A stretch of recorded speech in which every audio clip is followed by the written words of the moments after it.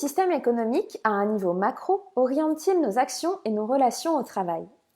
C'est ce que j'ai pu analyser dans une grande entreprise industrielle en cours de privatisation. J'y ai observé la mutation des systèmes que cette entreprise déploie pour gérer à la fois les opérations, ses propres agents et ses sous-traitants. J'ai identifié les effets que produisent ces systèmes sur les comportements au travail. 3 niveaux donc, le niveau macro, système économique, le niveau méso, le système de gestion, et micro, les situations et relations de travail. Pour conduire mes recherches, j'ai mené 70 entretiens semi-directifs ainsi que 39 observations avec des acteurs tant sous-traitants que donneurs d'ordre. Si j'ai commencé par me centrer sur les sites de production et leur fonctionnement, j'ai vite dû m'intéresser à l'histoire de cette entreprise et à son environnement pour comprendre ce qui s'y déroulait. Comment la pénétration des logiques de marché l'a-t-elle transformée?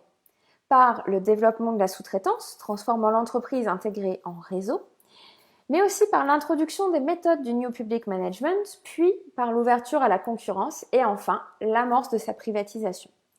Ces bouleversements ont entraîné d'importantes difficultés financières pour l'entreprise, qu'elle tente d'atténuer en modifiant ses systèmes de gestion. D'abord pour ses propres agents. Le New Public Management privilégie la rationalité économique et financière, renforce la centralisation et le contrôle, place les individus et les services en concurrence. Mes travaux soulignent que, sur les sites industriels, cela conduit à des tensions importantes et à des difficultés de coopération et donc de coordination des activités.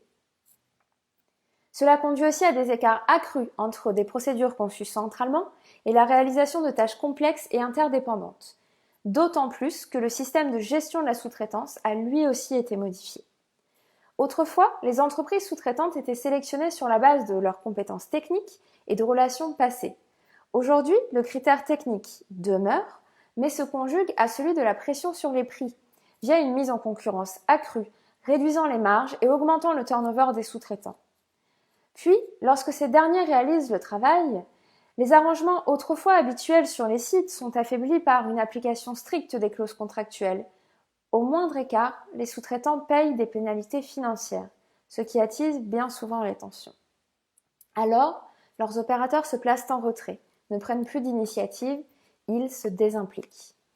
Tout cela conduit à des retards sur les chantiers, se chiffrant vite en millions d'euros, à des relations dégradées, à des acteurs qui perdent de vue le sens et l'intérêt d'un travail sous pression, géré par des dispositifs conçus loin du terrain.